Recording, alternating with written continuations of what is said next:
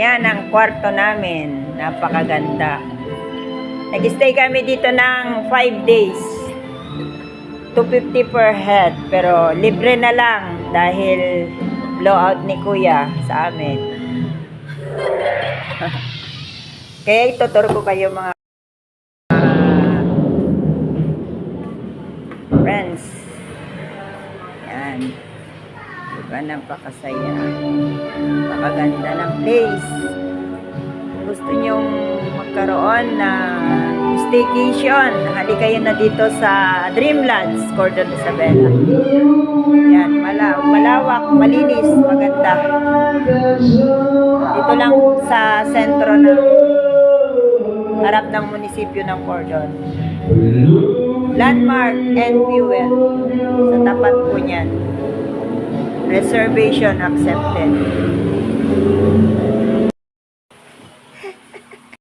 Ala na, doon na kayo kumain sa mesa.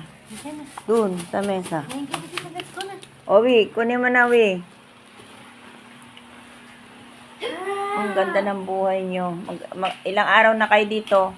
250 per head. Wi, alisin mo yung bag mo doon na doon. Hindi pa ba kayo kumain?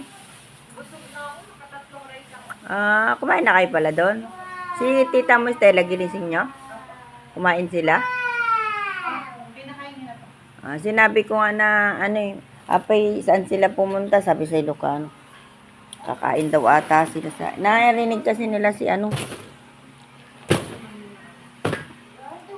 Owi, alisin mo yung baka mahibagsak ni Ay, siya lang naman kakain.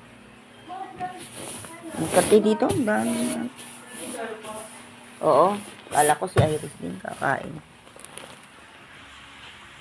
Ang ganda ng aming room. Sagot ito ni Roxanne.